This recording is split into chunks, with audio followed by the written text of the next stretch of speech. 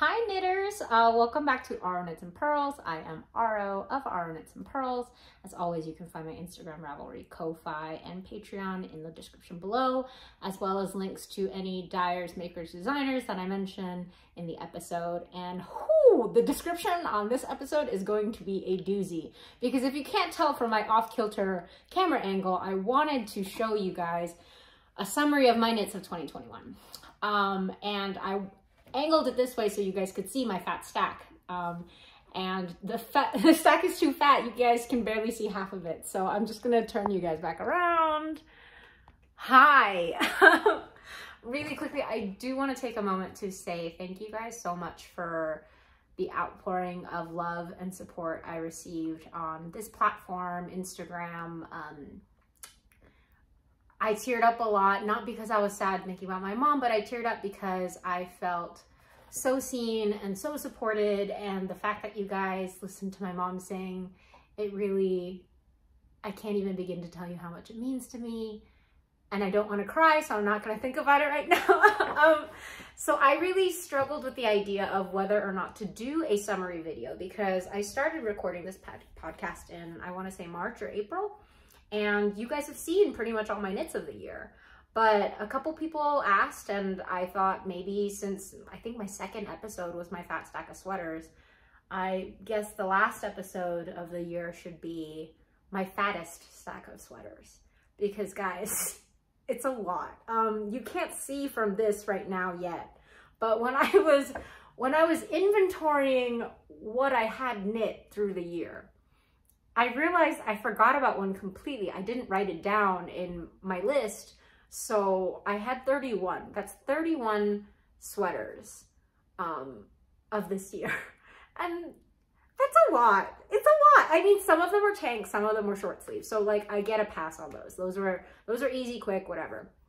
And I'm not counting my beret, by the way. That's separate. And I did love this beret, by the way. I wore it in New York and it was adorable. I got lots of people who were staring at this cute hat, and actually 2 people asked me where I got it, and in New York you don't make conversation, so that was like a big deal. Anyway, sorry, I'm going to record this today, obviously. It's the last year of 2021 and I am very excited to welcome the new year. I'm hoping that I get more things to share with you guys. It's just, as hard as this year has been, it has been wonderful. It's really been wonderful. I've made so many friends over the past year, and I've made so many connections through this podcast, through my Instagram. Like, I just feel very lucky, and you guys are all part of that, so thank you. Yeah, so let's get right into it. So I'm not gonna upload this until January 1st, because the last sweater that I will show you, if you guys stick around, is going to be the new Jenn Steingass pattern that's released January 1st. And I'll talk about that later. I just don't want to spoil it, so I'm going to save on uploading it until tomorrow. But rest assured, it will be out by the time you see it, by the time you see this video. So please go ahead and check out that pattern. It will be in the description below. If I didn't mention that, all of everything will be in the description below. I can't remember what I've already said. My mind is still reeling from the fact that I have to go through 31 sweaters. So not among the 31. This one I want to talk about really quick is the Goldenfern by Jenn Steingass. This was her intro to 2021 knit of the year, and this is the one that I was working on. I finished when my mother passed, and I do love this. I do love this. The yarn is Casual Fashion Queen. It was a one-of-a-kind color called Mooly Grass. The contrast color is Lola Bean Fiber Company in the colorway Masquerade.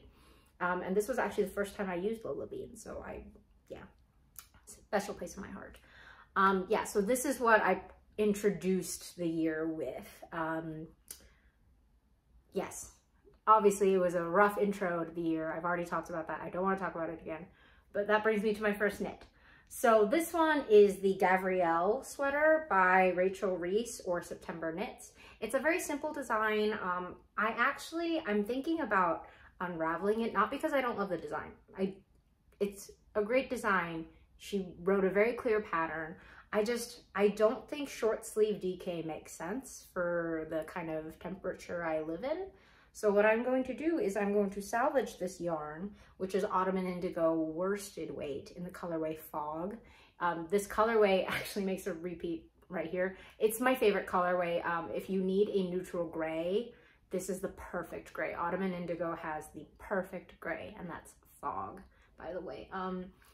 The little bands are done with slip stitches, and that is La Bien Aimée merino singles. I just had a little scrap lying around, and it was a good color match.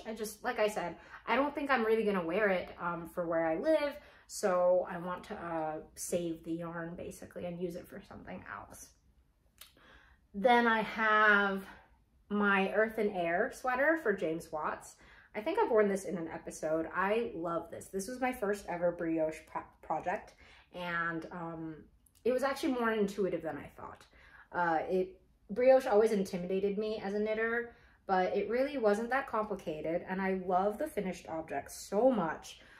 This main color, the gray, is Autumn and Indigo again, but in the DK weight, and it's in the colorway Fog.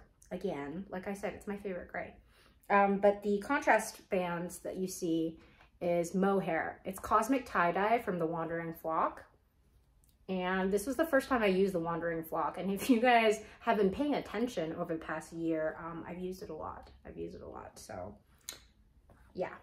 I'm just gonna throw these sweaters on the floor, because if I keep stacking them up on my lap, it's gonna be like that high, and it's disaster waiting to happen.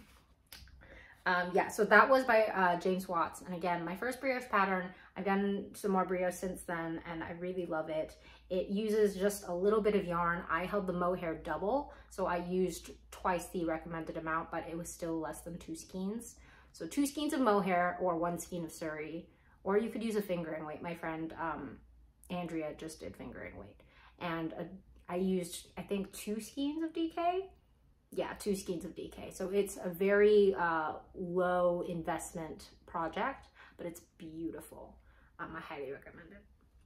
Then the third one is Peperomia by Woolen Pine. And I've worn this in an episode, I recall. And oh boy, like this was a labor of love. Like, you can see the entire thing is color work. So the entire thing is charted basically until you get to the arm separation. And the raglan increases are with like a twisted rib detail. It's quite lovely. And I love the finished object, but boy, was it rough to get through. It really was. But I do love the finished object. I don't think that I would do it again, but it was absolutely worth it because I got to use this yarn that had been in my stash for years. This was actually some of the first indie yarn I bought. And it's Farmer's Daughter Fibers in her squish fingering. The colorway at the time was called Half Breed. She may have changed the name. I can't recall what it is. But the contrast color is Hedgehog Sock in the colorway Rose Hip. And I just had it in stash, and it fit with the Farmer's Daughter so well that it just kind of worked out for me. And again, I really love it. Don't know that I would do it again, but if you want to challenge yourself with color work, like, this is it. This is it. Yeah. Okay, then we have, I had to write these all down. Because I knew I was gonna mess up, because I'm the type of person where I make nicknames for everything, including people. So if I don't refresh my memory beforehand of the actual correct name, I'll just say the nickname and it'll be something completely stupid. It'll be, yeah, anyway. Like, I think for one of this one, the nickname was Fluffy Boy. So I couldn't say, this is the Fluffy Boy sweater, obviously, because no one else calls it that except for me. So that's why I'm going to be looking down at my lap a little bit and trying to manage these papers so they don't go flying. FYI. Then we have the Cedar Park by Rachel Knits, or Rachel Reese and September Knits. She's the same person. It's just I wanted to say both names. This one, it's a minimal color work detail, simple raglan in terms of construction. I used a tweed on top, just an undyed tweed. It's DK weight. And then I used on the bottom a worsted weight. This is Life in the Long Grass colorway Construct. And I I love it. There's slight variegation in it, you can see, and it's just a really comfy, cozy sweater. I shortened the length on the body and sleeve. I think if I lengthened it, I shortened it, but if I lengthened it, it would be like really extra cozy, but I do love this pattern. Yes. Then I have the outline tank. So this was actually my first and only test knit for Jessie Mae. I love her design so much. I wore this in an episode, you guys remember, after my San Diego trip to show you guys the outfit. It's a fun construction. It's unique in that it teaches you how to anchor these stitches so that the slip stitches don't just, you know, fall out all the way to the bottom of the ribbing, but it's quite lovely. I want to do a smaller one because I knit this a little bit too big. I knit a size too large, if not 2 sizes, because I thought at the time, oh, a tank, I want a lot of positive ease, but I really got too much positive ease, and that may have been because I blocked a little bit aggressively to get the details of the slip stitching along the edge. So that may have been just my bad.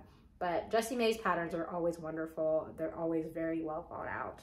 And I highly recommend it if you haven't knit one of her patterns, but I imagine that everybody has. Then we have Songbird by Knit Sisu. Yes, this is my fluffy boy. So this one, if you guys recall, uses, I realized I was holding it backwards. This one uses worsted, Camellia fiber worsted, in the colorway Moonflower. Moonflower is her undyed base, as far as I can tell. And I held it with Sari from the Red Pansy. And I actually have more because I love this colorway so much. It's a very subtle pastel. You can see there along the cabling, very subtle.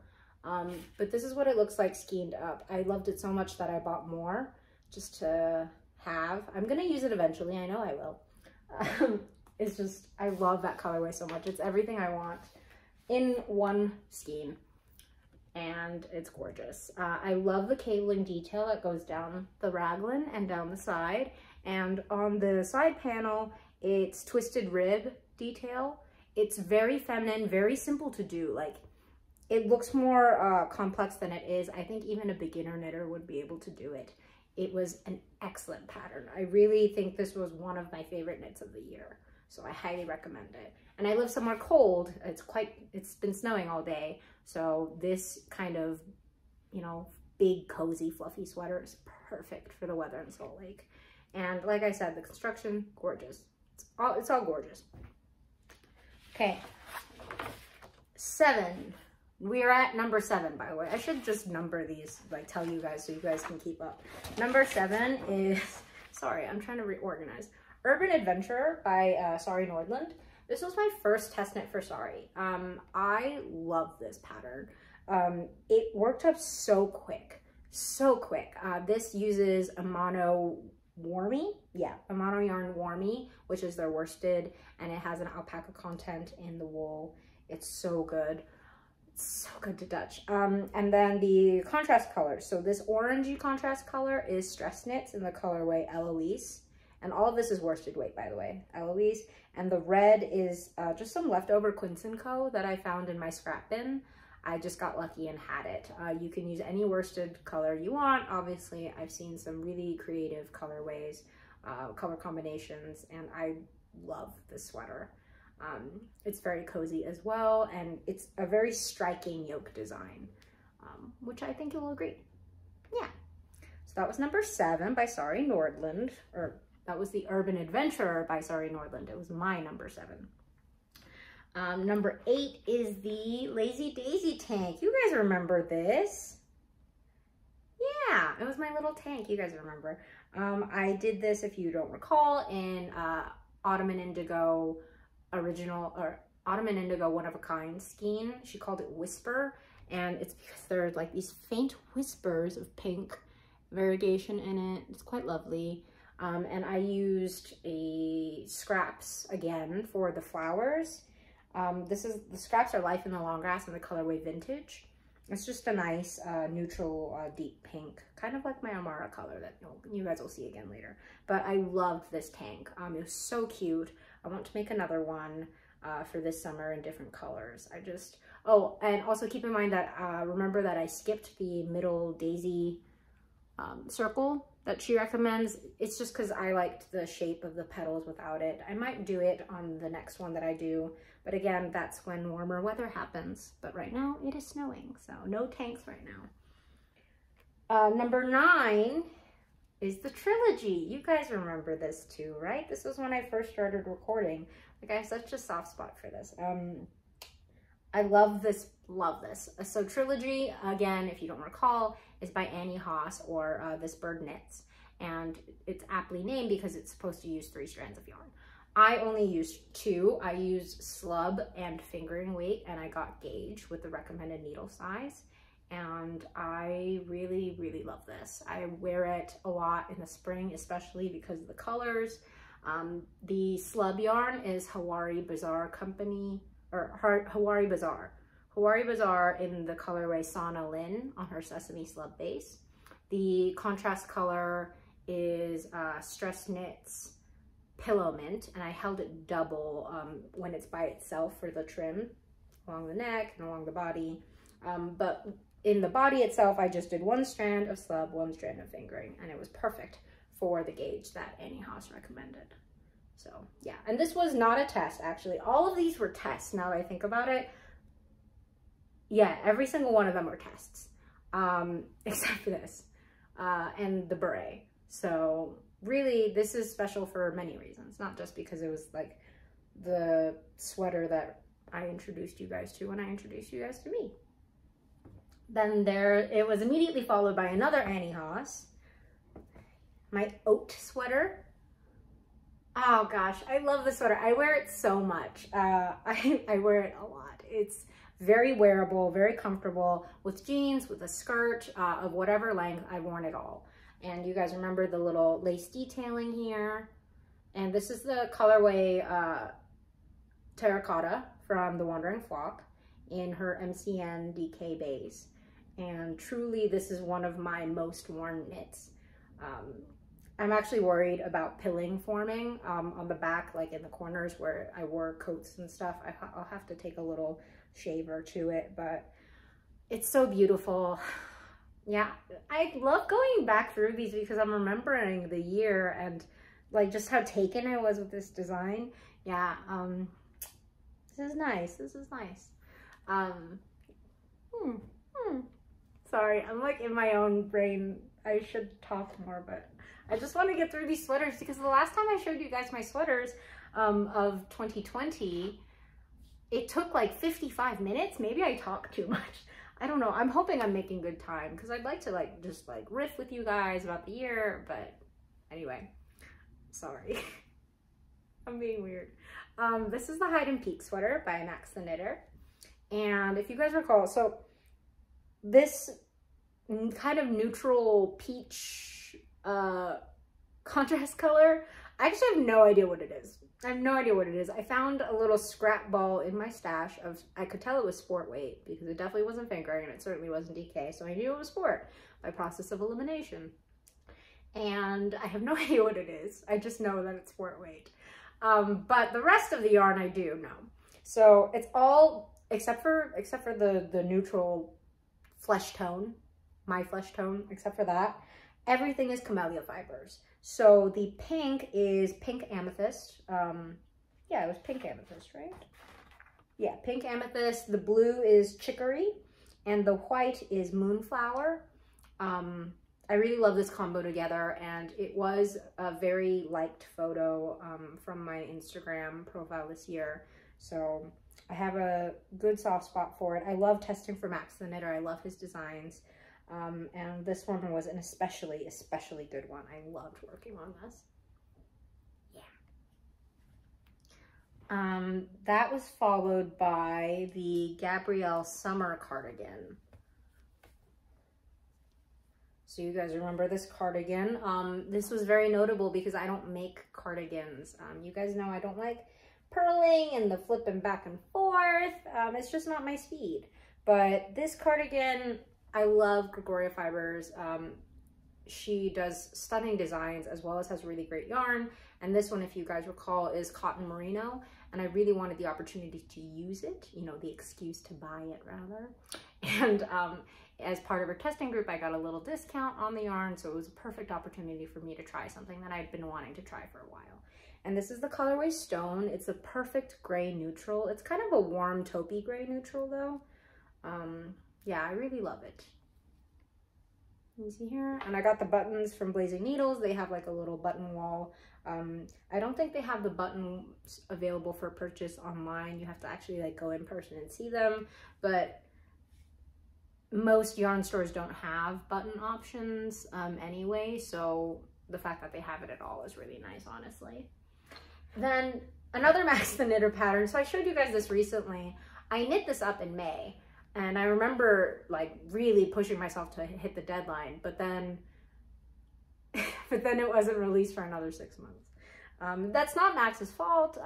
Just things happened, and they realized that the sweater may be better for another project, which again was the Lea Mae worsted book that recently came out. But this uses Lea Mae's newest, I think newest base, Cori. Well, I guess her newest is the confetti color, but anyway, Cori, not Cori confetti, just Cori. I remember the gray, the light gray is French gray, and you can see there's a slight marling from the Corridale. I'm not sure if you can see it actually in this camera. I should get a better camera one day. But it's quite lovely. It's a delicate heathering on all the yarns, I believe, but you can see it more in the light colors, the delicate heathering. It's a very bold yoke, very simple to knit up after the color work. I really like this design, and it was nice that he waited to release the pictures, to release the pattern actually, because I didn't have to take pictures until it was chilly out, like in like November, October, and I got those pretty autumn leaves. If I had to take photos of this in May, I think I would have died because it's worsted weight and like woolly as heck. So yeah, in a way, everything worked out.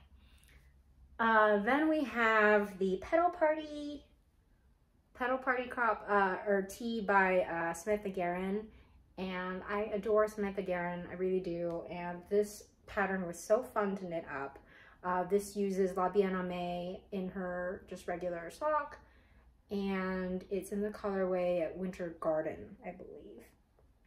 And I love the slight speckles. I'm like remembering all these finished object adventures. So I went hiking up in Alta, which is up in the mountains and the canyons in Utah here. It's close to Salt Lake, but it was quite a journey, and it was hot. It was hot.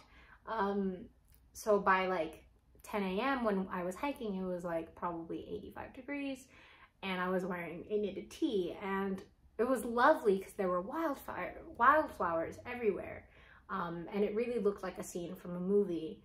But I also remember sweating a lot in my brand new knit. So yeah, fond memories. Then we have the Quadratis, which is another knit that was the test that was due and then wasn't released for like 6 months. Quadratis, and this one is by, Quadratis was by Kirsten-Michele. And again, I'll link everybody. The yarn that I use is Stress Knits worsted. The contrast color here is Pillow Mint, and it's used on part of the color work, and then I progressed to Palm Lines. Palm Lines is like, oh shoot, there's like a, I gotta fix that snag. But anyway, it's a very, very delicate pale pink, almost cream, and then it goes back to Pillow Mint. But the main color is Sunflower, and it's not my usual color, but I still think it looked good against my skin, and I really loved working on this. The color work was very quick and rewarding. It was beautiful, and I really loved the design, even if it took forever to release. But like I said, it was worth it because I got good photos and it was a fun knit.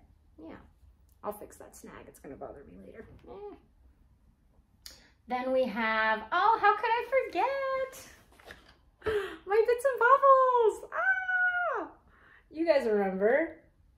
Yeah, how could you not? I wear this like every time I am in my feelings too much, honestly. It like puts an instant smile on my face because you can't look mad or sad when you have rainbow baubles on you. Like, look how cute these baubles are. They're so perfectly shaped. And this, again, if you forgot, is by Rachel Kurihara. I've knit a lot for Rachel over the past year, and I adore this design. This is definitely one of my favorite knits of the year, just because it's so over the top. I love it so much. It still makes me smile.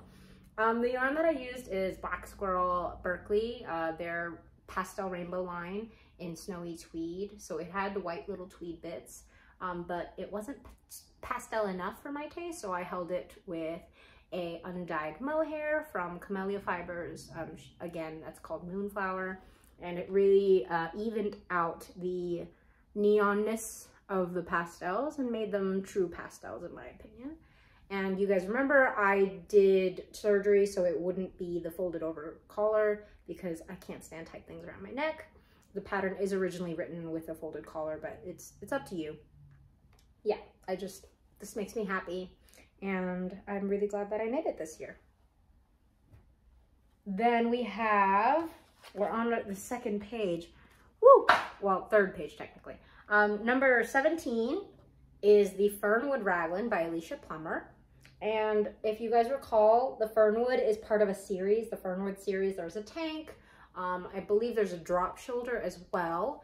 This was the Raglan, because y'all know I love a good Raglan. This was in the Wandering Flock in the colorway Tutti Frutti. And I really love it. It was the first time really having that bright yellow highlighter, but I was worried it would clash with my skin, but it actually worked really nice because the base itself is this lovely peach color. Yeah, I really loved this knit. It was very quick. Then we have number 18, the Bessie Crop by Jacqueline Sislick. Y'all remember, I wore this out a lot. Well, I can't wear it now because it's short sleeve and it's so dang cold out. But I did wear this a lot even in the fall because of the color, if you guys remember, from Magpie in Swanky Sock, is Tupelo Honey, and it's quite lovely. It really is. I think I'm warming up to the golds this year. Yeah, but Bessie Crop, if you guys want to check that out. Then the next one is you guys remember I did a test knit, and it turns out the designer took the color work chart. She found it online because it was free somewhere. Anyway, the pattern that she gave credit to, the designer did the right thing and gave credit to the original designer and asked us, the testers, to change to the original design. So the original design now is called Luoto Sweater by Lea Petaja. I don't know if I'm pronouncing that right. Again, I will have everything in the description below as well as links. But this is the sweater. The main color is Stress Knits Worsted in the colorway Dahlia. Y'all know I've talked about this. That's what I mean. Like, I feel like you guys have already seen all these, so I don't know if any of you are still watching, but if you are, hi. I really love this colorway. It's the closest to brown I'll ever get because I hate brown. But it's actually this lovely deep maroon. And the contrast color is from Playful Day, and it's finger and white that I'm just holding double. And I really love the way that it worked up. I just wish there wasn't all that drama with the designing, because I really would have liked to promote this more. I didn't even take a finished object photo with it because I felt weird. Yeah, but I really love it. And slowly but surely, there's a fat stack of sweaters building up from the floor, like, to me. Then we have number 20, My Blueberry Pie. You guys remember this, right? Yeah, so this was probably my first pink cable sweater of the year, not to be my last. I love this. I used the bobble technique that I learned from Rachel Kurihara from Bits and Bobbles and used it on here, and look how poppy outy these bobbles are. They are perfectly formed. I used Camellia Fibers Worsted in the colorway Carnation, which is this lovely, soft, delicate pink. And the body is in moss stitch, and it's so beautiful. Like, this is definitely one of my favorite knits of the year as well. Like, it was challenging because it required me to look at a lot of charts. It wasn't a thoughtless knit at all, but it was so worth it because I hope you guys have seen the finished object photos that I posted on Instagram and on my Ravelry. but it is quite lovely on. I love this a lot. Yeah. And then we have my Puffy Chunky. So this is also by Gregoria Fiber. She reworked this pattern actually to make it more beginner accessible. And this was the result. Sorry, there's like a big old wrinkle and a hair. They stay, my sweaters stay folded. I don't hang my sweaters because hanging is actually bad for the fibers because it'll stretch them out. So the weight of the sweaters will just like stretch out the sweater. It's not good for it. So I tend to fold them all up. If you have seen on my Instagram, they stay in like, you know, these IKEA shelves behind me. They're just stacks of sweaters. And I find that even though it does wrinkle them and that part is annoying, it does protect the integrity of the fibers. So that's my personal method. Yeah, if you guys have a different storing method, you know, feel free to put it in the comments. It's always good to share knowledge. And when I wear it, I just, like before I wear it, I'll just hang it up a little bit. If I need to, I'll steam block it or just, and it's fine. But anyway, I didn't do that before this episode. Yeah. If you guys remember, this is the one I embroidered slightly. It's a little bit on the back as well. I didn't do it on like the back because nobody looks at me from the back, I don't think. So yeah, just little cute little flowers. And again, I do still want to do the pearl beads. Maybe that's what I'll do over the long weekend. I gotta find pearl beads though. Anyway, but yeah, this uses 3 strands of yarn, uses Biche Bouche Le Petit Mohair in very light pink. It uses Le Petit Lamb's Wool in very light pink. So both same shades in different weights and fiber content from Biche Bouche. And the last one was, oh yeah, it was Harrisville Design in the colorway Bloodshot from their Daylight series. So if you guys remember that, it's basically a white rustic base that they mill tiny little bits of colored fiber in. So it has a slight colored tint. And Bloodshot is slightly tinted pink. So it really worked well for this. If the sun will cooperate with me, which it will not. Yeah, so I have, there's like a big stretch of pink coming like here and here. Okay, then the next one was Moonset Tea. You guys remember this was my first true crop and it was hella cropped, but it's so cute, especially when I wear it with a skirt or high-waisted pants. It's very cute. This colorway is from Sunday Fiber Co. in Twilight. And it's like the perfect pale, it's a neutral pink, if that makes sense. It's like a seashell pink. Yeah, it's quite lovely.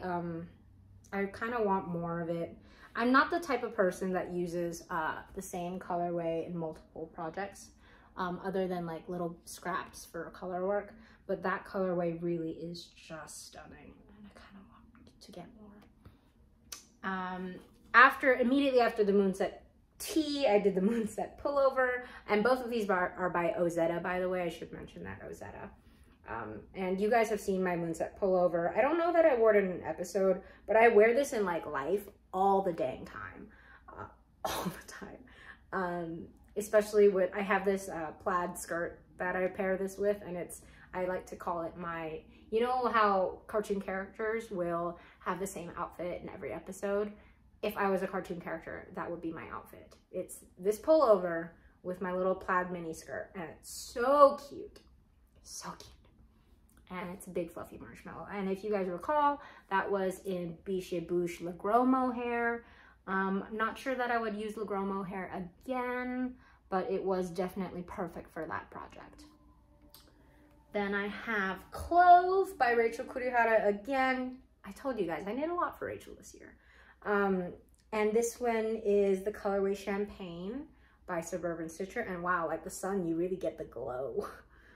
Yeah, Champagne, it's this beautiful, delicate color and lovely variegation. It kind of reminds me of strawberries and champagne. And I think you can hear sirens in the background. Like I said, it's snowing, so there's been a lot of accidents that I can hear. And Clove is really just, it's a gorgeous pattern. It's so timeless. It fits in every wardrobe. It is flattering on everyone I've seen it on. It's really lovely. Then I have my opening day raglan by Florence Murabito. If you guys remember this one, yeah, this one. I don't remember which is the front. It's front and back is the same. This one doesn't use short rows to raise the back, so I can't really tell. Opening day raglan was really quick. If you remember, I used Explore Knits and Fibers in the colorway Duomo on her cashmere base. I used only 2 skeins, less than 2 skeins actually, for the size large. So it's quite forgiving in terms of yardage. It's a great quick pattern if you want just a 2 skein stash buster. I highly recommend it. And I think also that was her first garment too, so Flo did a really great job. I was really happy with it. Number 26, if you guys are keeping count, is the Hudson Valley Pullover. Y'all have seen this, I've worn this. It's my rainbow sprinkle sweater, I love it. There are subtle details to it, like it's a split hem, I did high-low. It's a great pattern, it's classic, truly. I used Camellia Fiber worsted in her colorway Rainbow Sprinkles, held with her Moonflower undyed mohair, and I've worn this so much. I don't know that I'd call it one of my favorite knits of the year because it's just a classic raglan. That's not to say it's not a good pattern. It's a wonderful pattern, but it's definitely one of my most worn knits of the year, if that makes sense. Like, it's not going to be one of those that I will keep posting photos about, but it's one of those that I'm always wearing. Always. It's so comfy. Yeah, I wore it on the plane to New York, so like that's how comfortable it is. It's great. Then we get to number 27. You guys remember my home sweater by Cadre? I don't know. Home sweater. Yeah, and this was in the Barocco Mochi, if you recall. And y'all really seem to like the Barocco Mochi, which makes me so happy. You know, I don't like yarn snobbery. I like using nice yarns, but I don't like shaming other people for using non-fancy yarn. You know, that's different. Yeah, I really love the way that this worked up. The little tweed bits are stunning, and it's very cozy, very big. I kind of love a big V-neck.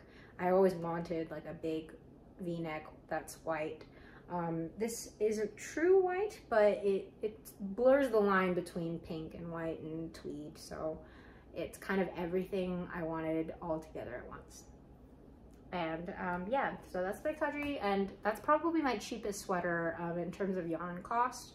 I think for that it would have been $50 to $60 for the yarn cost, which is not bad, especially when you're used to working a lot with mohair and alpaca content like I am, which, you know, makes the price go up real fast, real fast. This is the year-round popover you guys have seen. I do have another photo of a different kind of outfit that I haven't shared yet. I just have it. It's so quick.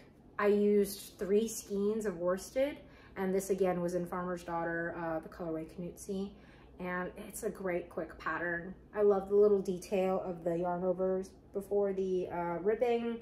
It's just excellent and really, really easy to wear in multiple outfits. And of course, you guys have seen my Amara to no end, I'm sure. I'm sorry, but also not sorry. This thing put me through hell, and I wanted lots of photos with it. But yeah, like, this was definitely one of my most challenging knits of the year. I'm definitely incredibly proud of it. So yeah, this was definitely up there in terms of things I'm proud of this year. Then we have my Virgo, which I showed you guys last time. Love this, wore it in New York a lot along with the Amara. It's really cute. I can't wait for Sari Nordlund to release this. Again, main color Explorer Knits in the colorway Fur. The contrast color is Biscotti from Julie Aslin in DK weight.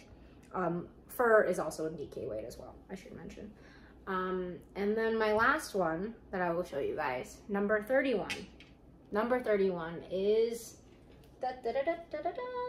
this is called The Storyteller, and it is of course by Jenn Steingass.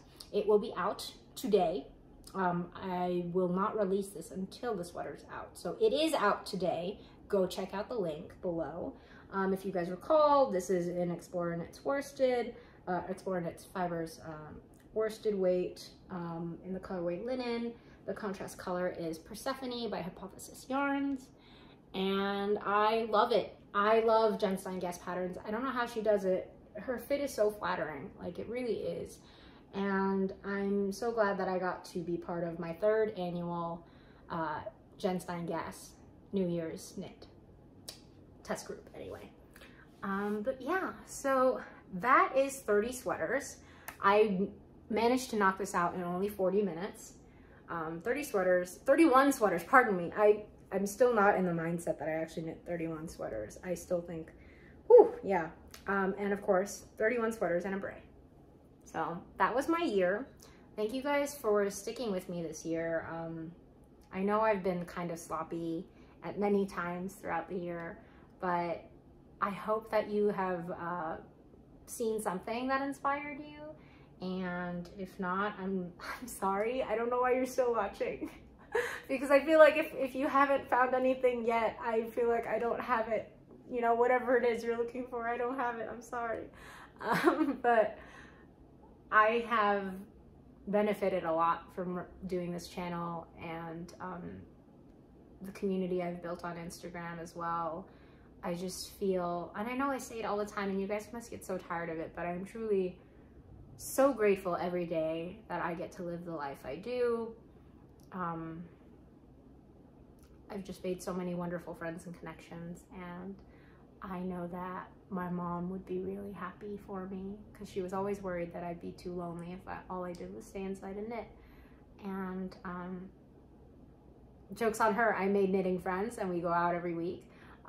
And also I made wonderful friends just from staying inside and knitting. So yeah, thank you guys so much for being part of my year. And I really will work hard in 2022 to keep making content for you guys. And truly, from the bottom of my heart, I wish you and your family and your loved ones all the very best in the new year. And I hope you share it with me. Okay. Bye, everybody.